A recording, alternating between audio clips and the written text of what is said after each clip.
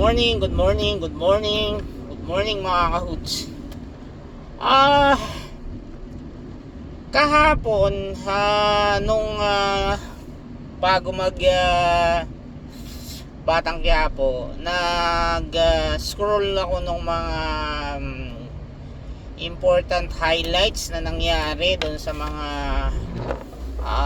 pagdinig, no? Tsaka yung mga interviews pinakinggan natin. Kaya lang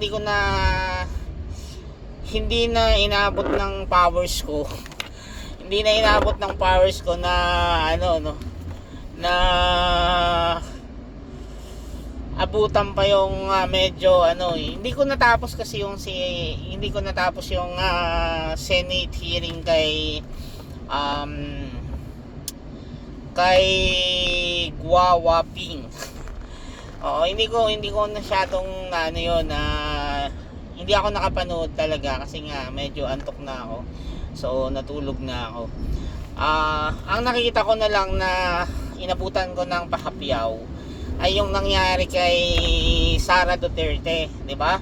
Kung mapapansin nyo, yung sagot niya sobrang babaw. Sobrang babaw na hindi natin ini-expect na second highest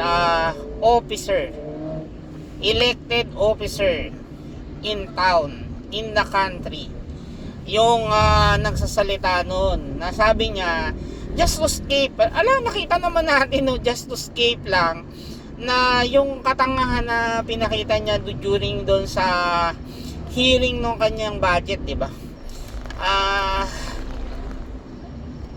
Anong tawag dito? Yung sabi niya kasi doon, parang ang pangalan nito, narinig na daw kasi niya mga ganun, di ba? Nakita niya yung sagot niya. Narinig naman na daw kasi niya na ang tawag dito, na parang may plano yung aral na yung mga sasabihin, aral na yung mga itatanong, aral na yung mga isasagot. So kung ang question ko lang naman doon, kung alam mo na pala na meron pala sila dong script na sasabihin at isasagot sa'yo, ibig sabihin naka-ready na sila, at alam mo naman, nag-ready ka rin, di ba? Wag nating gawing tanga yung mga tao, no? Dapat nag-ready ka rin, alam mo pala di ba? Hindi yung ganun, yung sa hearing, wala naman talaga akong narinig sa kanya na something na may laman sa sinabi niya, di ba? Wala akong narinig. At nakakalungkot na yung isang official, yun nga yung sinasabi ko, yung pinapamana lang yung mga political positions na ganyan, no? Kasi minana niya yan sa tatay niya, di ba? So makita mo siya, kasi kung ako yun, hindi kasi ako tatakbo ng national kung mahina yung ulo ko. Hindi ako tatakbo kasi, di ba ngayon, tingnan mo, nagkakalat siya, di ba? Nagkakalat siya at ang sinabi lang niya yun, pinaghandaan. Ano ngayon ko pinaghandaan? Di ba?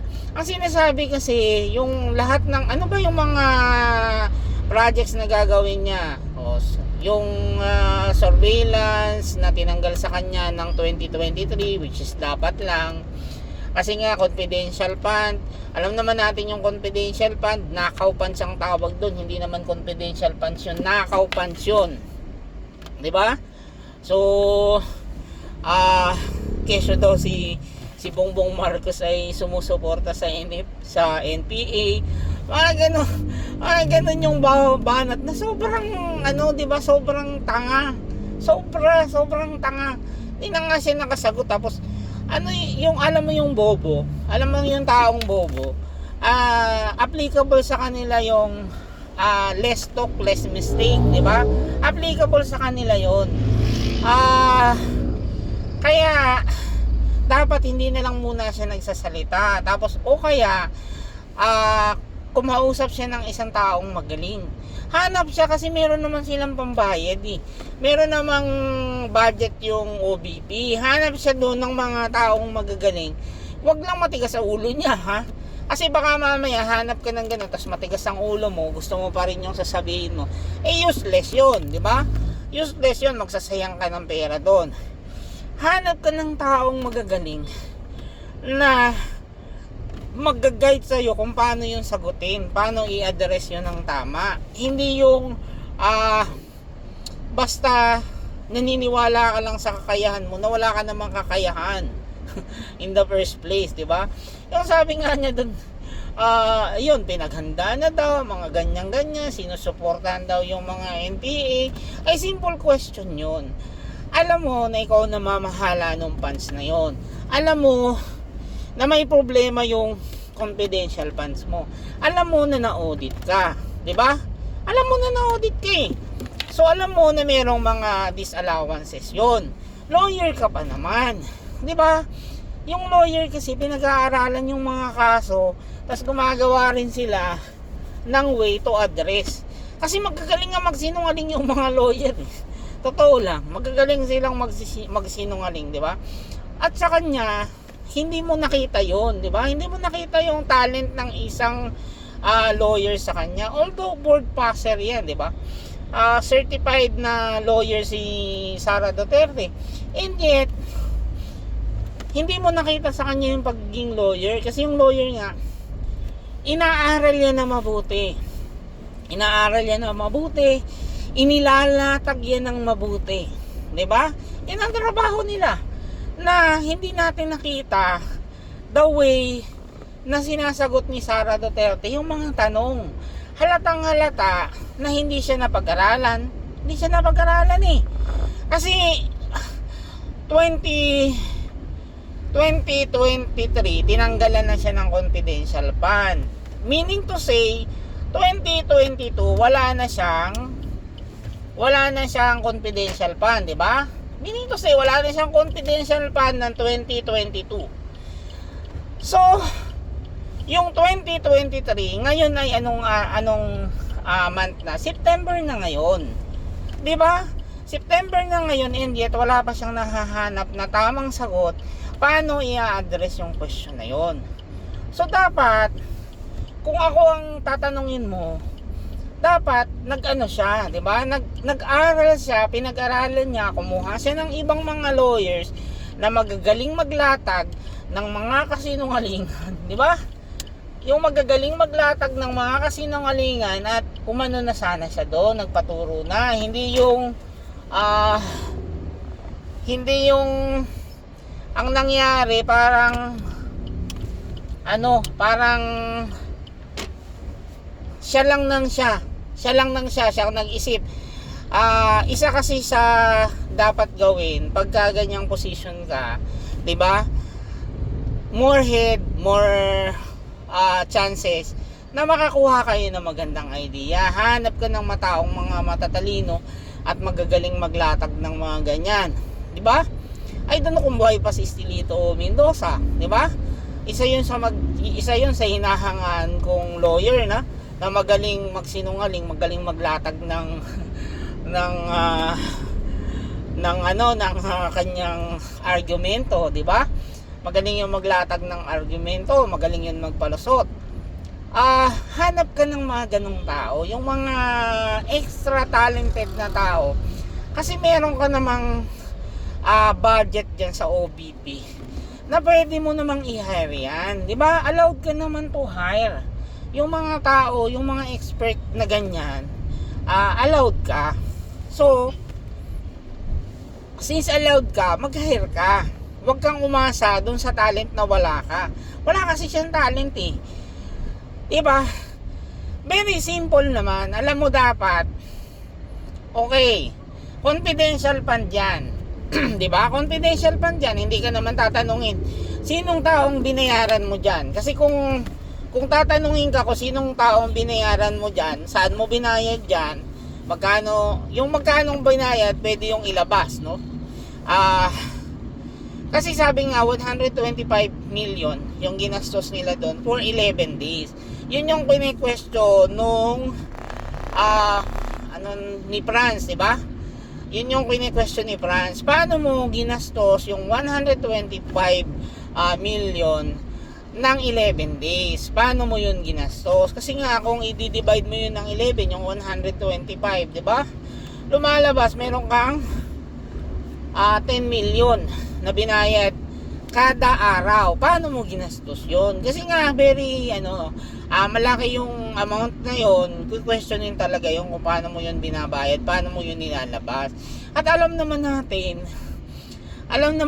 yung confidential fund na yun ay yun, punong-puno yun ng question, di ba? Punong-puno yun.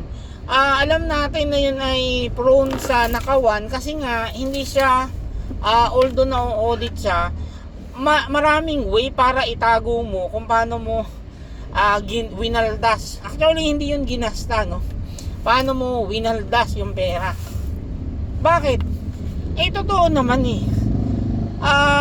mamatay na kung sabihin niya na, di ba, pamilya, yun nga sabi nung mga comedian, mamatay na, pamilya. Sabihin niya na walang kinita, yung wala siyang kinita doon, di ba? Mamatay na. Pwedeng wala, pero yun nga, ang challenge natin doon, mamatay na, pamilya. Mauna mga anak. Di ba, mauna mga anak. Para lang patunayan mo na wala kang tinakaw doon, di ba? So, hindi naman natin ginajudge, but alam natin kung bakit yung confidential fund din ay ginawa ng administration ni Bongbong, di ba? Alam natin kung bakit ginawa yan. Kasi ginawa na yan sa time ni Duterte. Si Bongbong kasi wala naman yung bright idea. Pasensya na. Wala naman talaga siyang bright idea. Anyway, ang bright idea nagagaling sa bright people, di ba? Hindi naman yun bright. So, what do we expect, di ba? Wala, anong aasahan natin sa isang taong hindi bright na maglalabas ng bright ideas, di ba? So, wala. Wala tayong aasahan. So, yun nga yung sinasabi ko na biruin mo 2022 pa yung nangyari yung confidential fund na issues na yon, disallowance. Dapat by 2022 dapat ngayon habang lumabas yun, pinag-isipan mo na paano ko ba ilalatag to ng maganda na hindi pagdududahan yung department ko. Kahit nga ito ay kung example ninakaw talaga yung funds, no, ninakaw yung funds at wala namang ginastusan talaga, sabihin na natin ganun. Yung kasing pag nanakaw dapat makatotohanan yung makatotohanan yung magiging kwento mo doon, di ba? Huwag mong gagawin yung isang bagay kung wala kang magandang pwedeng ibigay na kwento tungkol o paliwanag tungkol doon. Otherwise pagdududahan ka, di ba? Kasi the moment na binigay yung confidential fund at inilatag doon kung paano siya gagastusin ay questionable na. Kasi unang-una hindi mo pwedeng tanungin kanino mo binigay, di ba? Kasi pag tinanong mo kung kanino binigay, ini-expose mo yung tao na nagbigay sa iyo ng information na yon, ini-expose mo, di ba? Tapos isang paglalatag kasi dapat nun ay nagkagastos ako ng ganyan, di ba? Nagkagastos ako ng ganito kalaki. Ito yung mga na-solve kong problema. I-cite mo isa-isa. Halimbawa, sa UP, nakakahuli kami ng ganito karaming mga nag-re-recruit ng mga bagong estudyante para gawing NPA. I-cite mo kung anong nagkagastos ako ng ganito, ito yung balik. Ito yung balik, ito yung nangyari. Kahit nga yun ay in question sa akin na anong karapatan mong confidential fund at mag-surveillance ng ibang mga bagay na wala ka namang expertise doon. So, sasabihin mo, ito yung mga taong expert na former military to, or kung hindi man former military ay merong capability para dito sa trabaho. Ito yung mga hiner natin, ito yung mga binayaran natin, di ba? Kasi kung maiilatag mo yun ng maayos, kahit pa i-disallow yun, hindi ka masyadong pagdududahan. Alam naman kasi natin yung COA, very technical kasi yun. Very technical yun. Wala yung pinagkaiba sa audit ng isang company na mawalan ka lang ng isang resibo. Ay, of course, ano yun as auditor before, kasama sa training yun na dapat meron kang 1% ng doubt palagi pag nag-audit ka. That way, maghahanap ka kung anong mga bagay ang merong problema, 'di ba? At the same time, naghahanap ka kung maayos din ba yung paggastos, 'di ba? Remember yung OBP nung time ni Lenny. Yung time ni Lenny, 'di ba? Isa sa pinakamagandang audit ay yung sa time ni Lenny, 'di ba? Parang malinis. Malinis yung trabaho niya, 'di ba? Malinis. So yun yung sinasabi ko. Kasi kung si Lenny kasi magaling yung mga tao na nakuha niya. 'Di ba magagaling yung taong nakuha niya eh.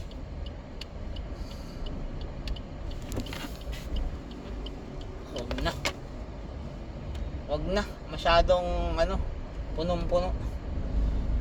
Magagaling kasi yung nakuha ni Lenny ng mga tao. That's why mahuhusay maglatag. Kahit may, of course, hindi naman yun perfect na walang problema, di ba? Of course, wala namang gano'n na perfect walang problema. Ang sinasabi ko lang ay dapat alam mo nang may problema, magaling ka maglatag ng solusyon do sa problema mo. Hindi yung sasagutin mo kasi nag-ready na sila ng sasabihin nila. Ay, nag-ready sila tapos ikaw hindi nag-ready. Tanga ka na nga tapos hindi ka pa nag-ready. Di ba? Nakakalungkot yun. Sa isang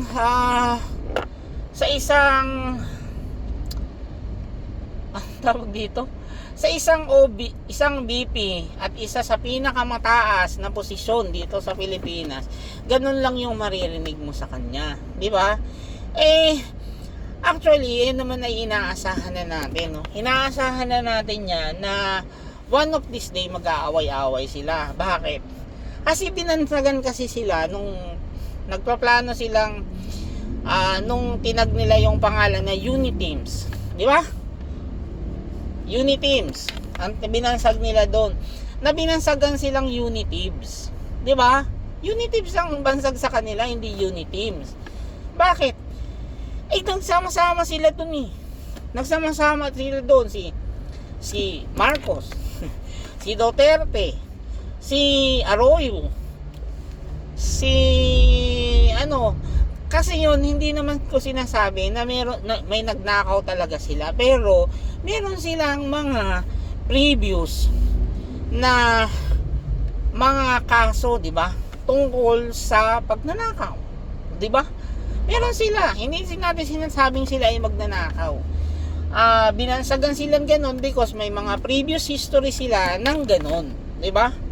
So, pagka kasi ganon kayo, nagsama-sama kayo para doon kayo nagsama-sama, may tendency yan na pagka nagkalamangan ay may tendency na mag-away-away kayo. Totoo yun, mag-aaway-away talaga kayo kasi pera yan eh. Pagka ang bandings ninyo ay tungkol sa pera, yun, ang tendency mag-away-away kayo in the future, no? Mag-away-away kayo in the future. So, yun yung nangyari doon. That's why na siya, no? Nagkakagulo sila ngayon. Ang sinasabi niya kesyo si Romualdez daw, bla bla bla, sinusuportahan yung ganito ganyan, di ba? Kasi mga sabi-sabi lang kasi yun, di ba? Mga sabi-sabi para i-hide mo yung problema mo, di ba? Kaya nga yung kahapon nung pinapakinggan ko siya, sabi ko, my God, ito ba yung klaseng, buti na lang hindi ako bumoto talaga doon. Buti hindi ako bumoto.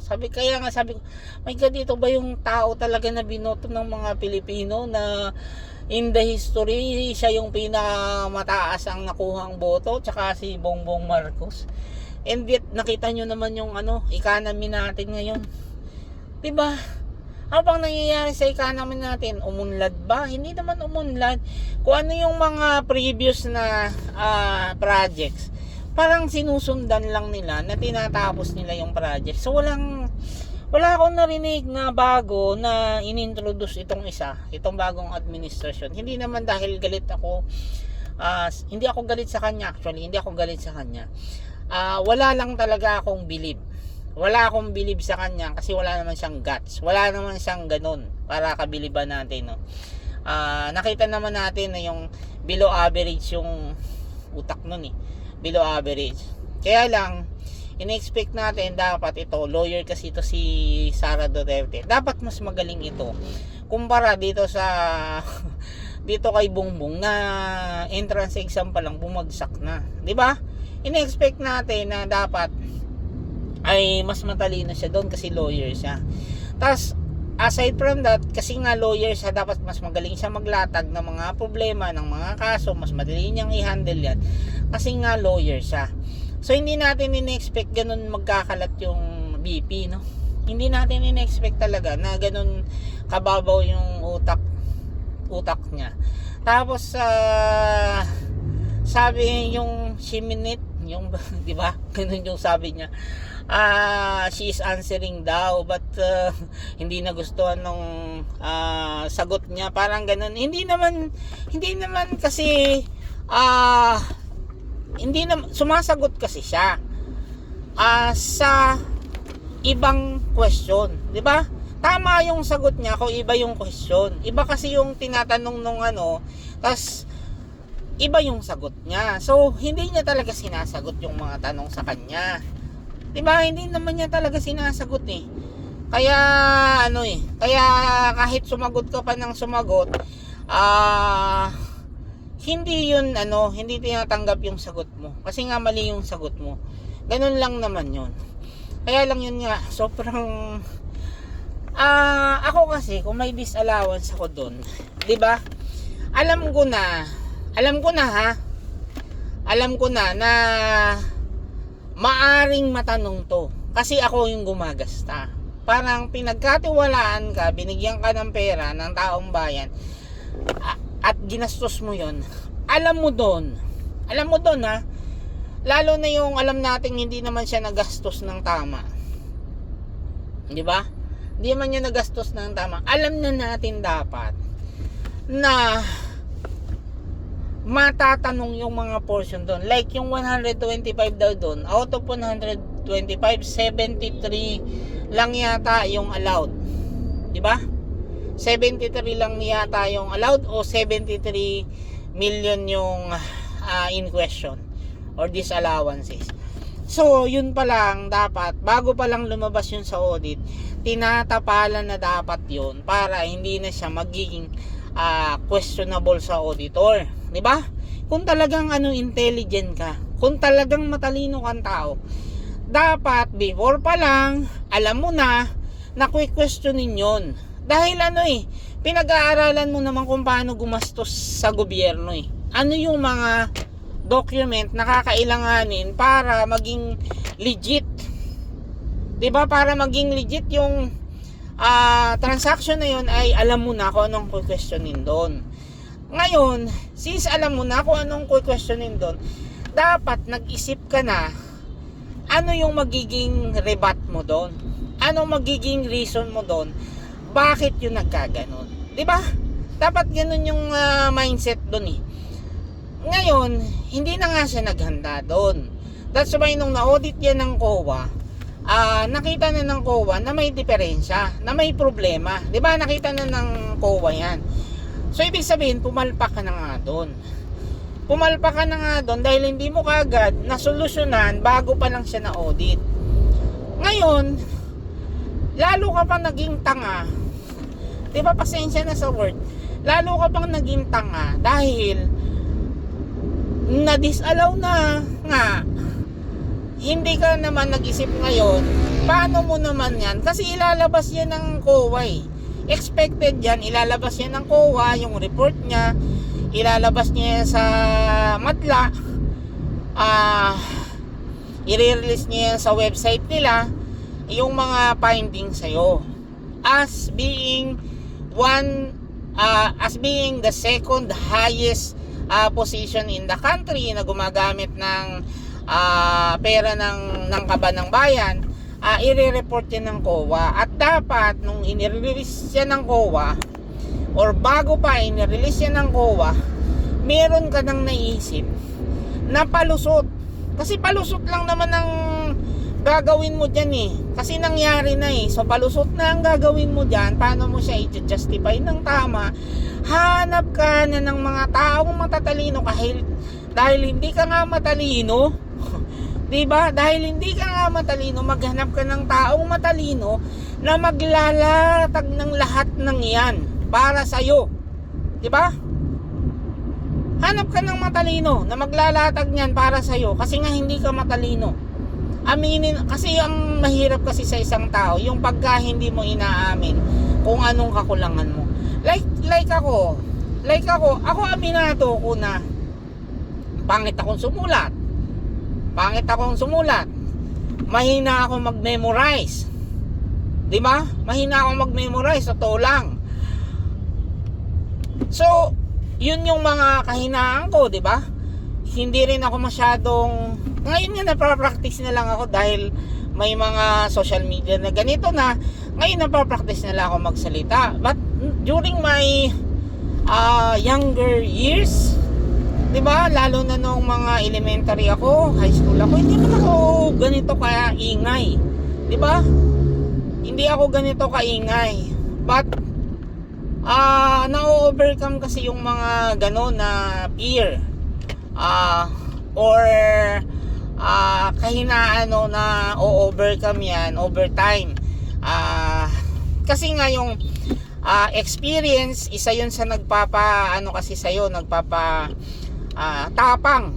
So, isa yun sa nagpapatapang sa'yo, yung experiences, yung position, ano yung mga ang tawag dito, ano na yung mga na-gain mo na sa profession mo, yun, mga ganyan. Paano mo nahawakan yung mga bagay-bagay, 'di ba? Like ako, yung mga previous na job ko ay nagkaroon naman tayo ng position na talagang sasabihin natin na senior executive na, kasi naging senior warehouse manager naman ako. At yung position ko ay naging district warehouse manager. Nag-handle ako ng Luzon operation, yung buong Luzon namin ay ako ang humawak noon with 36 warehouses. So marami-rami yon. Tapos nung supervisor ako at saka nung naging manager ako ay temporarily nahawakan natin yung operation ng national. Nahawakan natin yun kahit nga nung supervisor pa lang ako.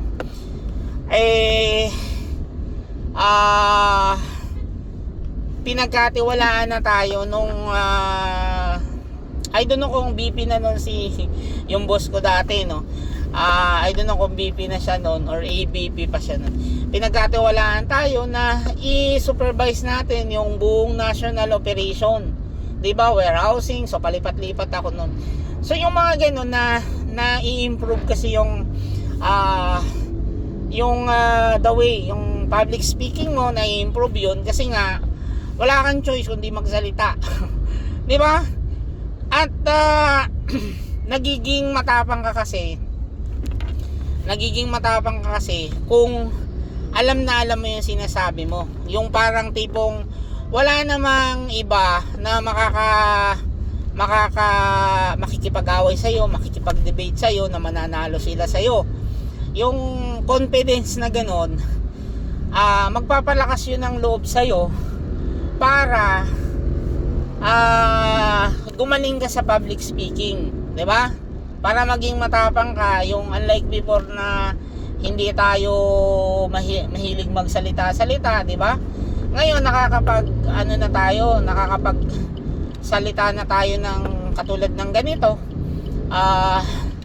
Na willing tayong maribat, 'di ba? Yun kasi yung importante doon, yung ready tayo na maribat ng iba, matanong ng iba, ma-question ng iba. Doon tayo mag-i-improve, 'di ba? Kung malawak na kasi yung kaalaman natin doon sa mga pinag-uusapan na ganyan, pwede tayo kasi makipagtalo. That's why yung ano kasi sometimes yung hindi naman purely sinasabi na wala kang ano, kasi meron talagang ano, may time talaga na kakabahan ka. May mga time na yun, kahit na alam mong confident ka, may time na kakabahan ka, may ganun talaga. At bilang tao, ano yun, wala tayong magagawa doon, yun talaga yun eh.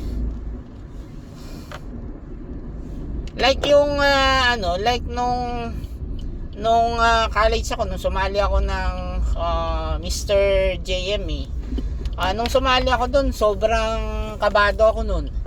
Kasi una-una, first time ko yun na nag-join ng contest, ng personality contest. At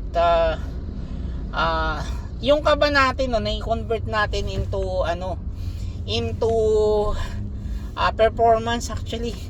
Kasi nung time na yon, sobrang kaba ko. Kaya nung nagtalent ako no, sobrang lakas ng boses ko. Kasi yung lahat nung kabog ng dibdib ko, nilagay ko doon sa performance ko sa stage. So ganun yun. But anyway, mabalik lang tayo doon sa main topic natin. So yun lang, nakakalungkot lang.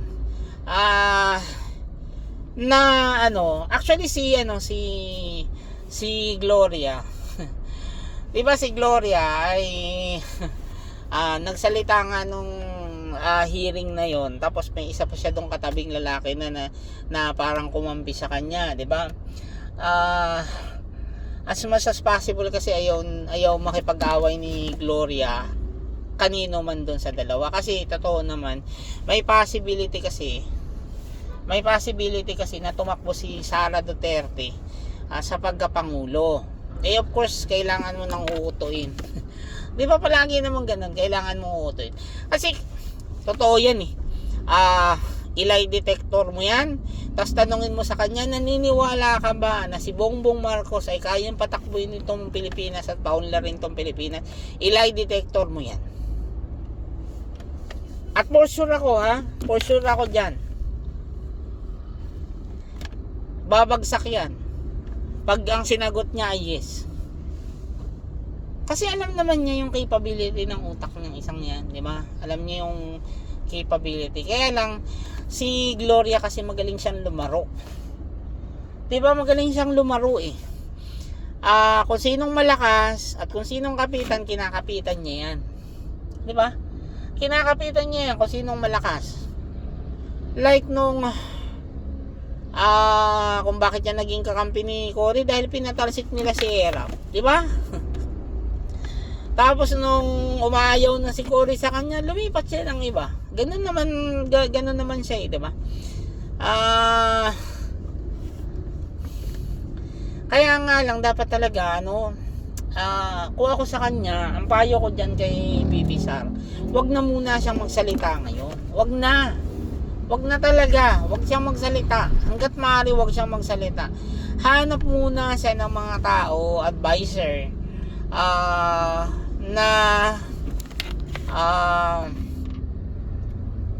natutulong sa kanya. Kasi nga lalo siyang napapahamak every time na nagsasalita siya. Kasi sabi niya kagabi din, isa pa, bago ko nga makalimutan, isa pa sa sinabi niya kagabi, yung ano ba yung sabi niya? Okay lang kami na piso lang yung budget namin, kasi maliit lang naman yung opisina namin eh. Diba? Oh my God, Maliit lang pala yung opisina mo. Anong gagawin ng 2 billion sa 2 billion na hinihingi mong budget, di ba? Kasi sinasabi nga sa'yo, lahat ng gagawin mo duplication. Totoo naman yun. Kung kakampi mo yung administration, kahit wala kang reason, papasay ang budget mo. Yan ang sinasabi ko. Yan ang sinasabi ko. Pero once na nag-away kayo, katulad ng nangyayari ngayon, kahit maganda yung intention mo, mag-e-effort ka na i-justify yan. 'Di ba? Mag-e-effort ka na i-justify mo yan. Bakit? Kalaban mo yun eh. Alam naman natin na ever since, lalo na yung lower house tuwi na lang may uupo na presidente at may gusto silang ipa-impeach, nabibili yung 'di ba? Ang boto nila kung sinong administrasyon nakukuha Hindi sila independent body. Hindi talaga. Kaya nga ang tawag diyan ay political trial yata, yung tawag sa impeachment, no? Political trial 'yon. Kasi unang-una, hindi naman mga lawyer ang mga 'yan. Karamihan hindi lawyer ang mga 'yan. Walang alam sa batas. Kung may alam man, karampot. At yan ay nabubuhay lang sa tulong ng mga expert na binabayaran nila, pinapasweldo nila para magbigay sila ng inputs, di ba? So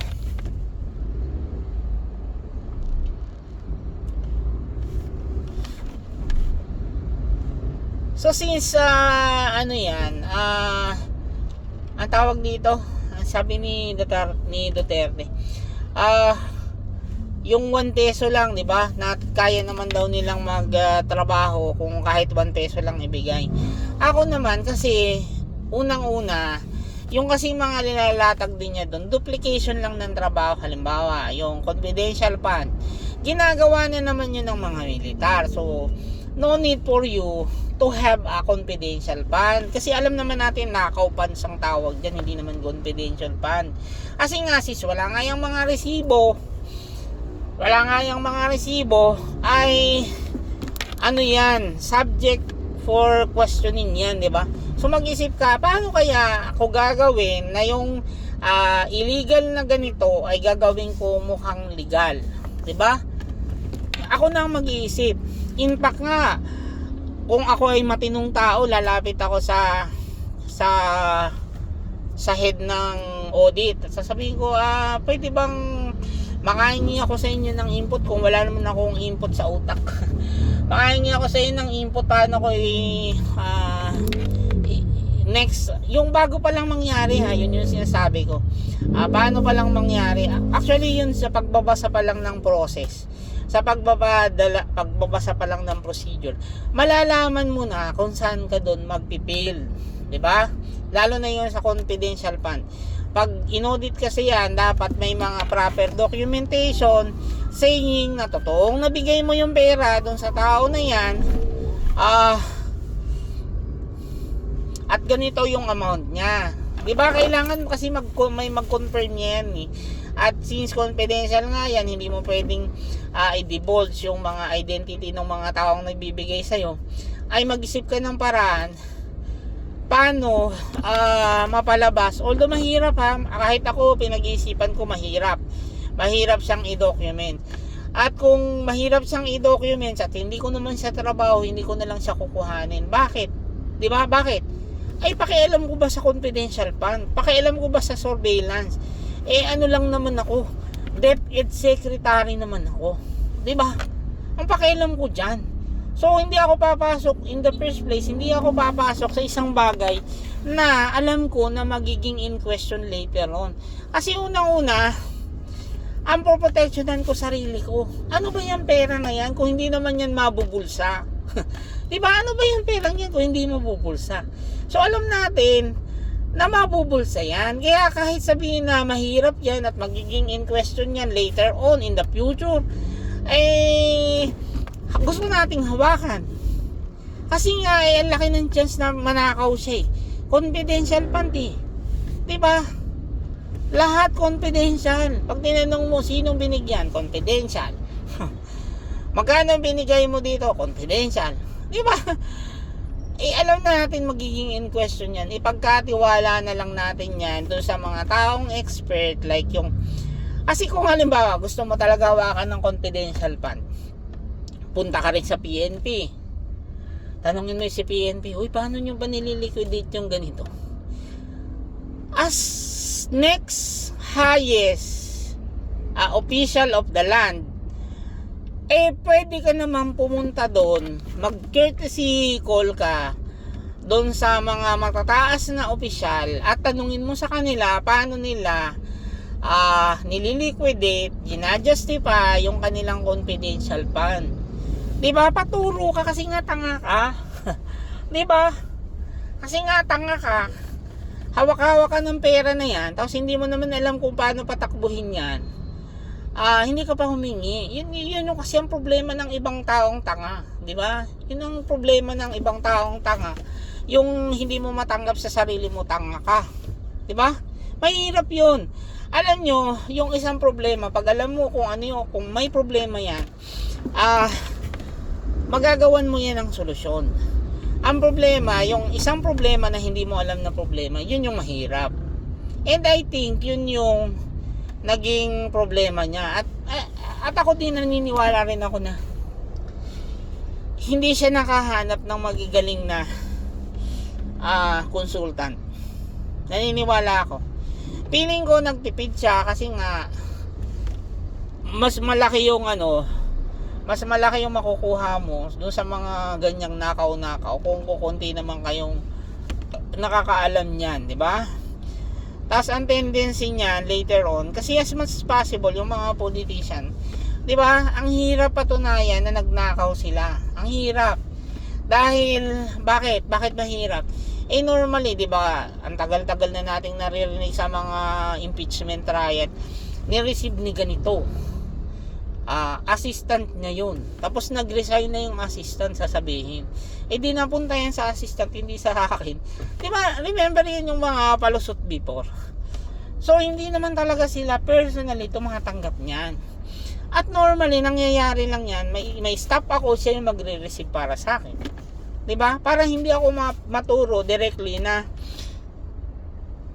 ako yung may kinalaman dun sa pagnakaw sa kaban ng bayan, di ba? Para hindi ako maturo. Tapos hindi naman yan dino-documents. Hindi naman dino-documents yan. Normally abutan lang yan. Wala akong i-receive sa iyo, di ba? Wala ka ipapa-receive sa akin.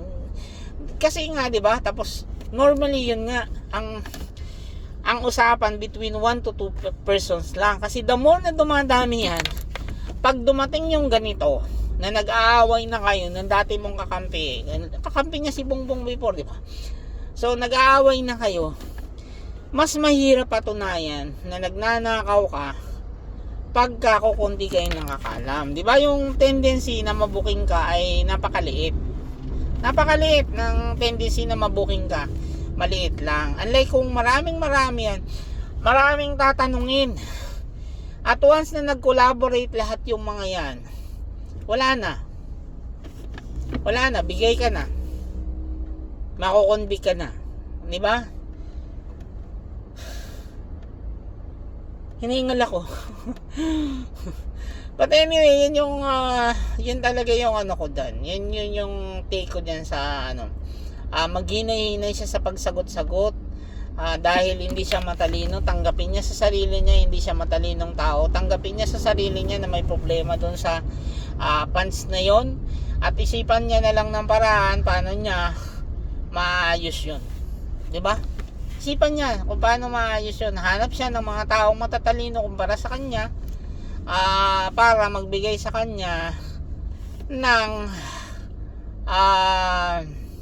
guidance, ng advices kung paano isosolve yung mga problemang ganyan. Hanap siya ng ganun. Otherwise, matatapos na lang yung deliberation na yan. Kasi kung mapapansin nyo rin, yung sa hearing ng kanyang budget, wala naman ako doon nakita na kung pinag-aralan mo, wala naman dun ako nakita na tanong na mahirap sagutin. 'Di ba? Kasi kung halimbawa, tinanong mo, yung disallowance ng 73 million, anong nangyari dito? Dapat may sagot ka na, ginagawa na namin ng paraan yan.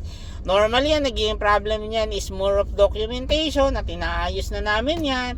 Kinakausap na namin yung audit COA doon sa mga reply namin. Soon maglalabas na kami ng final position namin doon sa papers na yon. Tapos sasagutin niya doon, sinabi nung isa doon na illegal daw yung disallowance. I-explain ko, sasabunin ko siya. Sino may sabi sa yung illegal yung disallowances? Ang ibig sabihin ng disallowances, merong in question lang yung COA sa'yo na hindi mo ma-provide, 'di ba? In question yun. Yung halimbawa yung documents na yun ay may in question doon kaya hindi siya tinatanggap ng COA. Ganun mo dapat siya pinapaliwanag. Kaya lang yung nung time na yun talagang yung legit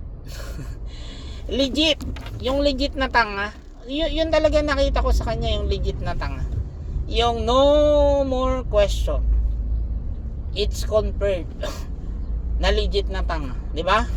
Legit na tanga. Kasi madali mo kasi ma-identify kung yung sagot mo ay sagot ng tanga o sagot ng nagtatanga-tangahan. Kasi yung nagtatanga-tangahan, matalino siya pero sinagot niya ng tanga kasi may gusto siya doon takasan. Yung sa kanya kasi, pagka tiningnan mo siya, tas based doon sa sagot niya, yung sincere. Alam mo yun? Sincere yung mukha niya. So, ibig sabihin, sa akin kasi, ang dating nun, legit na tanga. Diba? Legit na tanga. Totoo lang. Legit na tanga si Sara Duterte.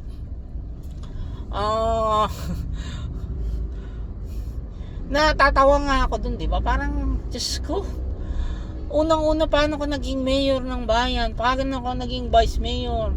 Paano ko nakikipagtalo during sa Kasi alam naman natin na sa Davao, yung mga Duterte, yung niyan, yung kanilang diyan, style, 'di ba? Yung may mga style sila diyan na yung tapang-tapang, 'di ba? More of tapang-tapang kasi yung ginagawa nila diyan. Kaya yung iba hindi na masyadong nagque-question kasi nga 'di ba one time 'di ba may nag-demolish din, sinapak ni Sara Duterte yung anong pangalan nun? Anong position yun? Yung basta nakalimutan ko na. Ginagawa lang naman nun ng trabaho niya yung sinapak niya, 'di ba? Kasi dinidemolish. Yun probably yun yung kadalasang ginagawa nila dun sa maaari kasi na may utak, may utak naman talaga si Digong sa kanya, 'di ba? Malayong malayo. Kasi unang-una si Digong kasi is commentator 'yan, 'di ba? Commentators 'yan at may radio program 'yan. So sanay din 'yan, sanay yan sanay din 'yan magsalita, sanay din 'yan magsinungaling. Kaya lang butangero siya, 'di ba? Butangero. So probably yung pagiging butangero na yun, naman na yun ni Sara Duterte. Kaya siguro nung vice mayor siya, pag nagtatalo, ayaw na lang siyang kalabanin nung kausap niya kasi nga alam niya butangera, 'di ba? Alam niya sasapakin siya, alam niya baka may kalagyan siya, 'di ba? So kahit pambobo yung salita ng siguro ng vice mayor tsaka ng mayor pa, since sila yung hari-hari sa Davao, wala nilang nagsasalita. Kaya lang kung ganun ka sana, dapat yun nga, dapat alam mo sa sarili mo na tanga ka, 'di ba? Para hindi ka na pumunta sa national election, hindi ka na sana nag-join ng national election at hindi ka na kumuha ng national position dahil mas marami na yung mag-i-interview sa'yo, national na yung pag-feature sa'yo, so lalabas ngayon yung lahat ng statement mo at mas maraming tao makakarinig, mas marami gigisa sa statement mo, 'di ba? Unlike kung sa Davao, very limited lang, 'di ba? Balitang probinsya lang 'yun. So hindi 'yan masyadong tinitingnan ng mga tao dito sa Manila, yung balitang probinsya. Hindi 'yan masyadong pinagpupukusan ng attention, lalo na kung mayor, vice mayor ka lang naman sa isang probinsya. Hindi na 'yan masyadong dinidiscuss dito. Pero once you became national personality, like yung mga congressman, na interview na yan, congressman, maririnig mo na yan doon sa mga hearing ng kamera, yung sa botohan, di ba? Yung kadalasan makikita mo yung mga bobo sa botohan. Yung halimbawa, susuportahan yung isang panukala ng presidente, di ba? Impeachment trial, makikita mo yung mga bobo doon eh.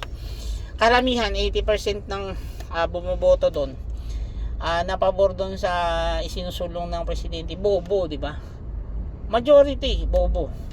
Kasi naghahantay lang sila sa position, sa budget, at saka sa project, di ba? Normally yun lang naman hinahantay nila, yung project eh. Kasi totoo naman hindi naman malaki sweldo ng mga politician, pero ang daming politician, ang daming mayaman na politician, di ba? Narinig nyo ba yung si Steve Harvey? Sabi niya, in the world daw, marami daw na politician, pero parang tumatakbo sila kahit maliit yung sweldo, pero ang dami nilang pera. Totoo yung ganun, na ang daming pera ng politician, hindi naman malaki sweldo niyan. Padami na sila ng padami, di ba? Mas malaki pa ang sweldo kaya nang magtrabaho ka sa private, kung magaling ka rin lang naman. Pero hindi sila nagtatrabaho sa private, sa public sila kasi hindi naman sila after sa sweldo, after sila sa project. Ano yung project na ibibigay, paano magkikita doon, alam naman natin yan. Ako nasa purchasing ako, so yung position na ganito, prone ka dito sa corruption. Kasi nga pag nagbigay ka ng ganito, nagpapabid ka, lalo na pag nagpapabid ka, sasabihin ka, bibigyan ka ng 10%, 20%, 5%, bibigyan ka ng ganon, operan ka ng ganon. At ito ay private pa, so talagang itetest yung credibility mo as a person pagka nandito ka rin sa position na ganito. Ay how much more yung sa gobyerno, kasi million yun, billion ang pinag-uusapan ninyo, di ba? Kung madikit ka sa presidente, gusto mong magpagawa ng highway, aaprubahan yun. Magpagawa ka ng malaking project, aaprubahan yun. Lalo na kung malaki yung butante mo dun sa area mo. At halimbawa, aside from being politician doon sa local mo at maraming butante doon, kumbaga may control ka sa tao. Kung sinong gusto mong manalo, yun ang nananalo. Mas malaki yung binibigay na project sa'yo, kasi nga gagamitin ka yan sa susunod na eleksyon. Di ba ganun naman yung mga politician? Parang katulad dyan sa Antipolo, isa sa pinakamalaking barangay dyan, yung barangay namin na Santa Cruz. At grabe rin yung mga pinapamudmud dyan pera. Kita mo nga dyan, Diyos ko, isang barangay lang, ang dami-daming, yung isang barangay, sobrang daming basketball court namin dyan. Diba? Yung sa amin na nga lang dun, ilang metro lang ang layo nung sumunod na covered court dun eh. So, ganun kadalasan ng nangyayari dyan. Imbis na ilagay mo yun sa mas maayos na project, ay winawaldas lang ng pag ganun lang. But anyway, yun nga rin, yun talaga naman ang payo ko kay Sarah. Now na meron ka pang budget, hire ka ng mga taong consultant na magaling talaga. Importante yan talaga. Pagka hindi ka magaling, isipin mo talaga, pag hindi ako magaling, hahanap ako ng taong magaling na mag-justify ng mga kalokohan ko. Otherwise yan mangyayari yan. Tapos sasagot ka ng tipong katangahan, di ba?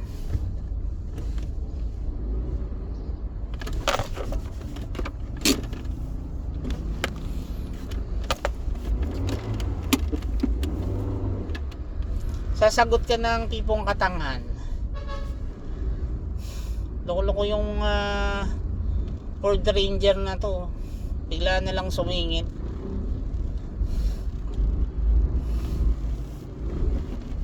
Yung kay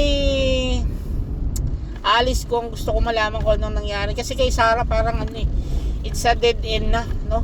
Parang ayoko na rin marinig yung mga sasabihin niya, kasi nga the more na nagkakasala pa ako o nakakasala ako sa katangahan niya eh. Kasi talagang ano eh, ang sinisisi ko talaga dyan si Andrew eh. Di ba? Si Andrew eh talaga ang sinisisi ko kung bakit ganito yung sitwasyon ng Pilipinas ngayon eh. Kasi siya naman talaga yung maganda yung ano eh, maganda yung kinumpos talaga niya na rap na yun eh. Dahil sa rap na yun, nanalo yung dalawa eh. Di ba? Yung bagong Pilipino niya na yun, yun naman talaga nagpapanalo dun kay ano eh, kaya sa dalawa eh, sa Unitives eh. Di ba? Yun na nagpapanalo dun. Kaya ewan ko ba.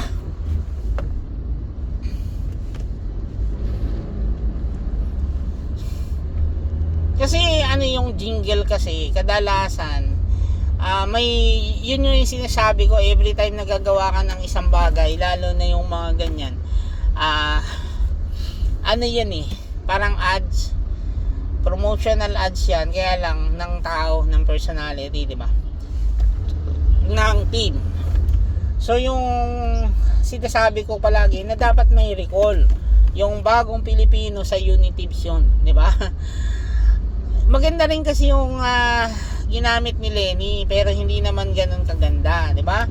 Maganda rin pero hindi ganun ka-effective kay sa ginawa ni Andrew E, 'di ba? So tinalo sila sa jingle talaga. Totoo lang, tinalo sa jingle. Kasi kung talent pag-uusapan, eh kahit hindi ako believe masyado kay Lenny, no? Hindi ako masyadong believe doon talaga sa kanya. Honestly speaking. Kaya lang between her and Bongbong ay di hamak naman na milya-milya ang layo ni naman ang layo ni ano ni Lenny in terms of credibility, in terms of management, in terms of intelligence, 'di ba? Kasi kahit nga nung siniraan si Lenny, 'di ba siniraan si Lenny ng isang classmate yata niya or kakilala niya na nakailang take yun sa board bago siya pumasa, parang ganun. May mga issue ganun eh. But hindi naman porke mahina ka sa board, ay mahina kang tao, 'di ba? Kasi ako talaga sasabihin ko na 'di ba, nung hindi naman talaga 100% na iipasa natin. Like for instance, may isang stop ako na feeling ko ay hinang-hina din ako dun sa ano niya, pero nakapasok sa isang company. Tapos nag-apply din ako dun, hindi ako natanggap. It doesn't mean na magaling yun. It doesn't mean na bobo ako, di ba? Kasi iba kasi yung ginagamit na pamantayan dun sa mga iba't ibang position, di ba? May iba-ibang pamantayan yung pwede na dito ang college graduate, pero dito hindi lang basta college graduate, di ba? Ibang position to, parang ganun. So depende rin sa nag-i-interview, di ba? Kadalasan yung mga nag-i-interview na bobo, marami kasing nag-i-interview na bobo. Hindi lang yung HR, no? Hindi lang HR, even dun sa mga tao na may-ari na, no? Yung tipong may-ari na nung company, sobrang yaman. Tapos mapapansin mo kasi kung hindi siya magaling mag-interview, kasi may isa akong in-apply na malaking company before. Nagtalo kami nung owner kasi yun.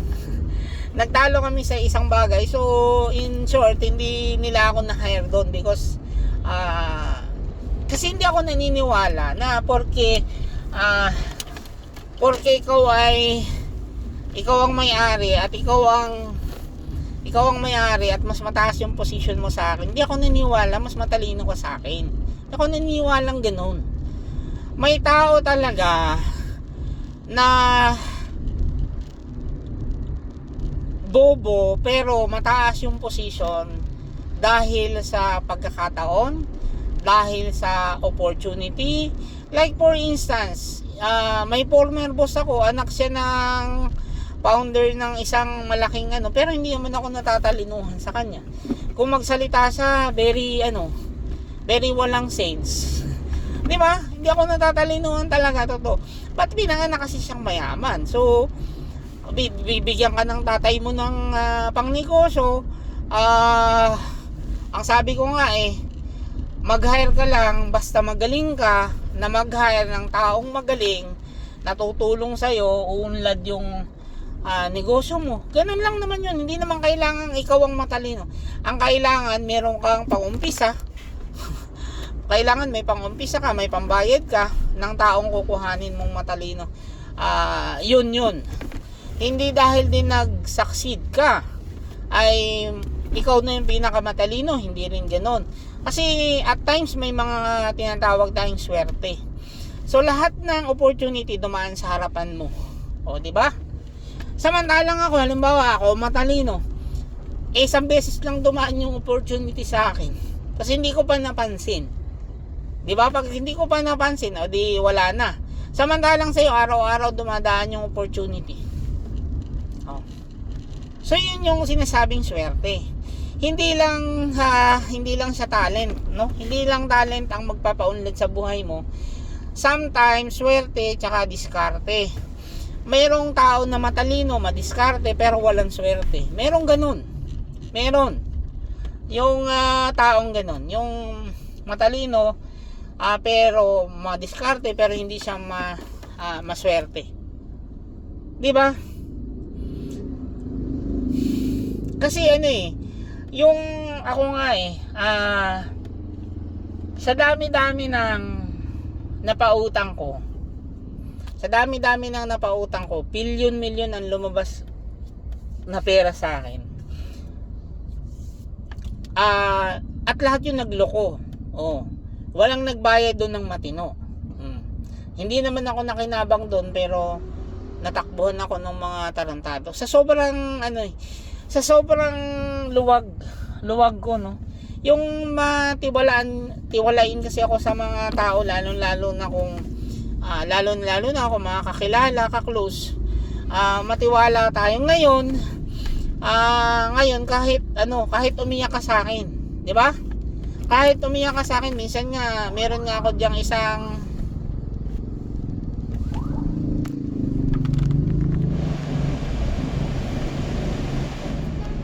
meron nga akong isa diyan na kababata, classmate na nanghihiram sa akin ng maliit lang na amount nga 5,000 to 5 lang, pero hindi na ako nagpapahiram kasi ngayon. Kasi nga, bakit? Dalan-dala na rin kasi ako Unang-una, wala akong papahiram. Sa ngayon, totoo lang, wala akong papahiram sa inyo. Hindi porke sumisweldo tayo ng maayos, wala tayong binabayaran. Marami rin akong binabayaran. Kaya ngayon, kahit sabihin mo magalit ka sa akin, hindi talaga ako magpapahiram ngayon. Dala na ako. Namimigay naman ako kasi nga meron na ako dyan na isang kaibigan, isang kababata, isang classmate na nanghiram din sa akin ng pera at hindi ko pinahiram, kundi binigyan ko na lang siya ng kalahati nung hinihiram niya. Bigay na lang. Hindi ko na siya pinabayad. Kesa sa pautangin ko siya tapos baka hindi niya ako mabayaran, tas problema ko pa. Baka hindi ako mabayaran. Hindi ko naman sinasabing hindi ako babayaran. Baka hindi ako mabayaran. Magiging pa kasing yon. Magiging pang away ninyo in the future, di ba? Ikaw na nagpahiram, pera mo yun. Ikaw ang nawalan. Tapos imbis na friendship ang makuha mo, nakuha mo pa kaaway. Di ba? Kalalasan ganoon. Maniwala kayo. Yung mga Pilipino ganyan. Pagka hindi yan makakabayad, magigipang kaaway mo. 'Di ba? Imbes na nagpautang ka, makaka-gain ka ng kaibigan, hindi. Mawawalan ka pa. Totoo lang. Kaya ngayon talagang kahit maliit ang hiramin, sinasagot ko na ng no. Sinasagot ko na talaga ng no. Kasi nga, mahirap na. Mahirap na. Ayoko nang magkaroon ng kaaway at mawalan pa ng pera. Ayoko na.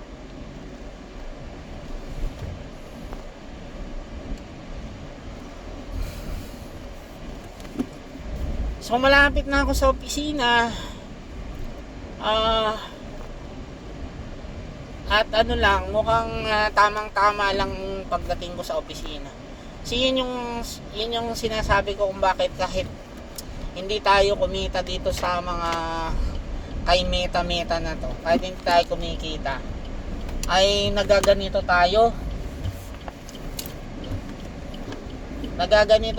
dahil unang-una nakakalimutan natin na traffic. Actually traffic, ang aga kong umalis 7:45 ako umalis, at ito parang hahabol na ako ng oras, diba? So ibig sabihin sobrang traffic talaga para maghabol ako ng oras na maaga naman ako umalis. Pero hindi natin namalayan, diba?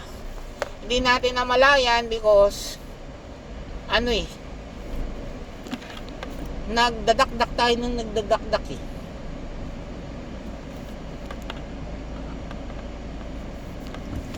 So hindi natin namalayan na na nakarapit tayo at ngayon lang tayo darating sa opisina. 8:59 na. So malapit nang mag-alas 9. Malilate na tayo. Pero anyway, sakto pa lang to. Makakarating ako on time sa opisina.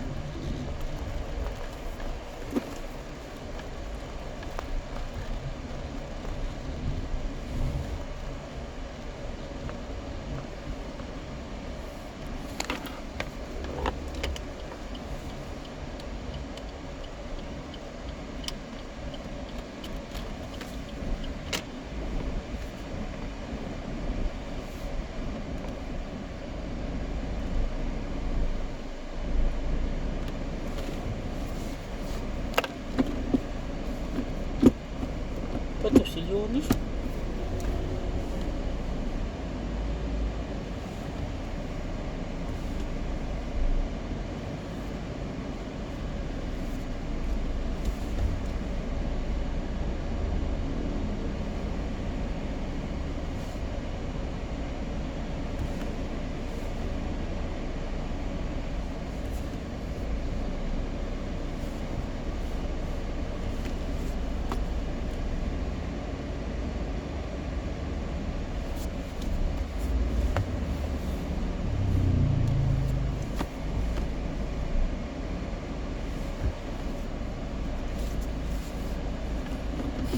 So yun na lang muna. Thank you. Nandito na ako sa office.